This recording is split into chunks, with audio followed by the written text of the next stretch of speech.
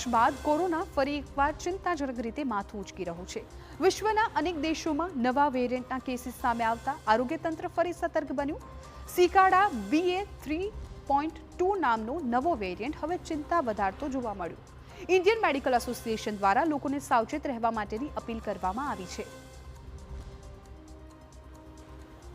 Corona મહામારી બાદ લાંબા સમયથી સ્થિતિ સામાન્ય બનતી જોવા મળી હતી, પરંતુ હવે ફરી એકવાર 23 દેશોમાં નવા વેરિયન્ટના કેસીસ નોંધાતા ચિંતાનો માહોલ ઊભો થયો।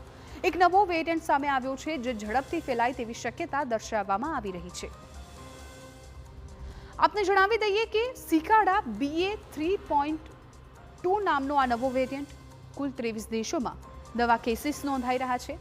ઇન્ડિયન મેડિકલ એસોસિએશન દ્વારા લોકોને ખાસ સાવચેત રહેવા માટેની અપીલ પણ કરવામાં આવી રહી છે।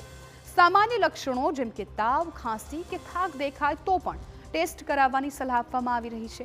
ડોક્ટરોનું કહેવું છે કે સમયસર ટેસ્ટ અને સારવારથી સંક્રમણને રોકી શકાય। સિકાડા વાયરસ અને સાયન્ટિફિક નેમ છે 3.2 એ દુનિયાના લગભગ 25 જેટલા દેશોમાં દેખાયો છે અને ખાસ કરીને યુએસએના 29 સ્ટેટ્સમાં। આ વેરિયન્ટની લાક્ષણિકતા એ છે કે ખૂબ ઝડપથી ફેલાય છે અને વેક્સિન કે ઇન્ફેક્શનથી મળેલી ઇમ્યુનિટીને પણ થાપ આપીને આપણને ઇન્ફેક્શન કરે છે।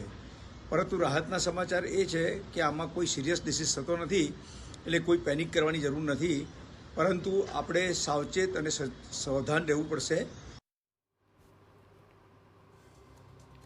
તબીબો દ્વારા માસ્ક પહેરવા, હેન્ડ સેનિટાઇઝેશન અને સોશિયલ ડિસ્ટન્સિંગ જેવી બાબતોનું પાલન કરવાની અપીલ કરવામાં આવી રહી છે। બીજી તરફ સરકાર અને આરોગ્ય તંત્ર પણ સમગ્ર પરિસ્થિતિ પર સતત નજર રાખી રહ્યું છે। કોઈ પણ સંભવિત ખતરા સામે તૈયારીઓ તેજ કરવામાં આવી છે।